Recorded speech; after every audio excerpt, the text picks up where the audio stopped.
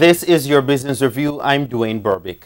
The Business Review today takes a look at future plans of Diamond Trading as expressed by its chairman and CEO Derek Cottrell at the recent monthly Mayberry Investors Forum. Mr. Cottrell, speaking to existing and potential investors, outlined a bullish outlook for the company. If I have a fault, is that I am very ambitious. I am not inhibited by the boundaries of the Caribbean Sea that surrounds Jamaica. I see the company's platform as the world. We are a world player, and that is what we're striving to become. So we have to, the first thing we have to do if you want to be a world player is to understand how commerce happens in the world, and you have to also begin to have standards that are not Jamaican standards, or not Caribbean standards. You have to have world standards. But he admits there is still some way to go to achieve the standards he envisions as he goes after a world market of 7 billion people.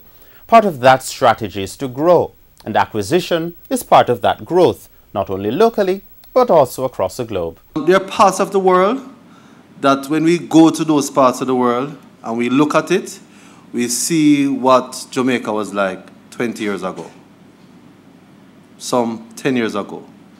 And so we know pretty much what is going to happen in those countries, how their retail trade, how certain aspects of their business are going to be organized, and what's going to take place, because we have had a Jamaican experience. So we look for opportunities in those areas. The one thing we don't do is to run into situations. We are very careful and we look at things over and over. One of the businesses Diamond Trading acquired in recent years was Caribbean Flavors and Fragrances, CFF. That company has been restructured and is being prepared for the next phase of growth.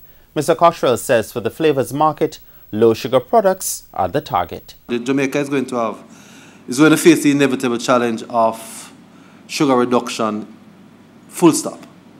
Right? Whether in beverages or anything else. She's in Mexico training now to help our customers with the whole drive to reduce sugar, because it is better if the companies do it voluntarily than have the government put in a regulation. So that's part of what CFF is doing.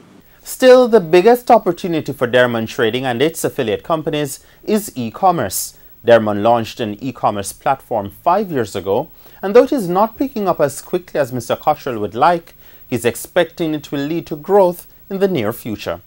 We will be a fulfillment centers for those global operators who want to operate in Jamaica and don't necessarily want to put a brick and mortar and warehouse facility here in Jamaica. And those are real possibilities sooner than we think.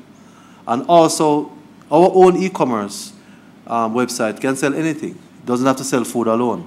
We think we're outside the box. But a lot of our suppliers, a lot of our partners can drive their e-commerce sales through our platform. For now, he said he's putting plans in place to serve the customers of the future. His aim is to build a world-class company serving the world with Jamaican-made products. That's the Business Review. I'm Dwayne Burbick. Good evening.